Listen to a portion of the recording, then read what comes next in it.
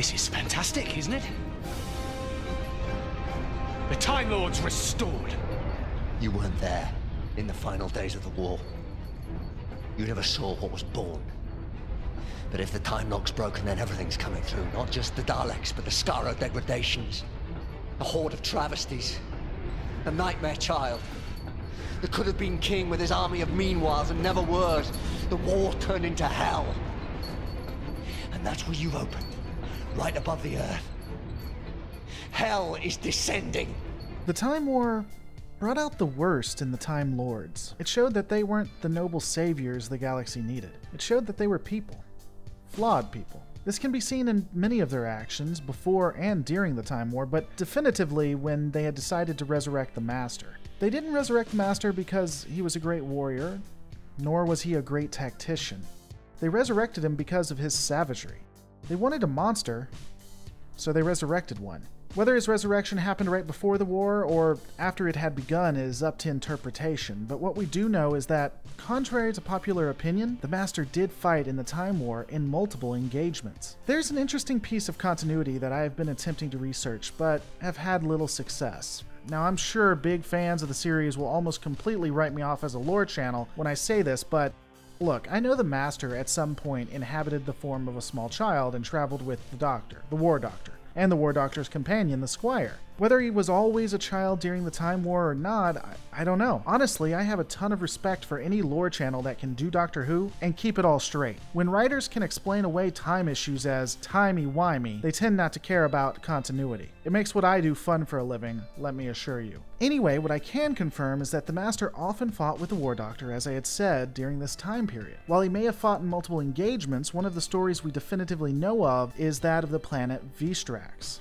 Vistrax was a planet of over 6 billion inhabitants. Upon arriving, the Doctor would ultimately ask for the Master's help to destroy the planet itself. From there, they would go on to Golgoth, and the Master and the Doctor would be successful in killing one of the members of the Volitix Cabal. The Daleks, seeing their weakness and being unable to outthink the Time Lords in the war, created a Dalek society known as the Volitix Cabal. These would be Daleks who could be creative, think outside the box, something Daleks could not do. Not having much time to deal with the Volitix Cabal and letting them be ultimately, both the Doctor and the Master would continue on their mission and run into one of the Doctor's companions, Alice, who would ironically be traveling after the war in the TARDIS of the Master.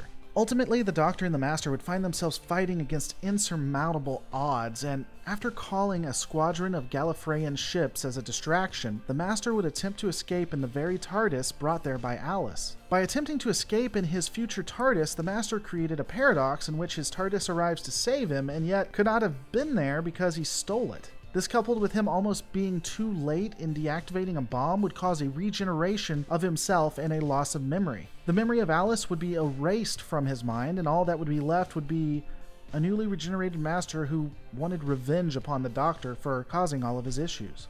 The last incident we see with the Master, for now at least, would be his fight on the Never Vault against the Supreme Dalek. There he would be confronted with all of the horrors of the Time War. What it was, what it could be, the things that were going on right now. Though he did not see ultimately what the Time Lords would become, he saw enough to know that he needed to flee. He escaped the reach of the Doctor, he escaped the reach of Rassilon. Given what would occur, honestly, one wonders if he wasn't the smartest Time Lord among them. Everything they had done, and everything they would do, the Master decided to leave it all. And the Doctor would do much worse than the Master had ever done, at least to the Time Lords. Hey guys, thanks so much for watching. I sincerely appreciate you being here. Of course, this channel survives because of viewers like you. Please consider joining my Twitter and Facebook, located in the description. And if you want to be able to help and possibly get more perks, definitely check out my Patreon. Of course, everything will remain free, so no worries there, but at least consider it. Please guys, don't forget to rate, comment, and subscribe, and I will see you on the next Lore Reloaded.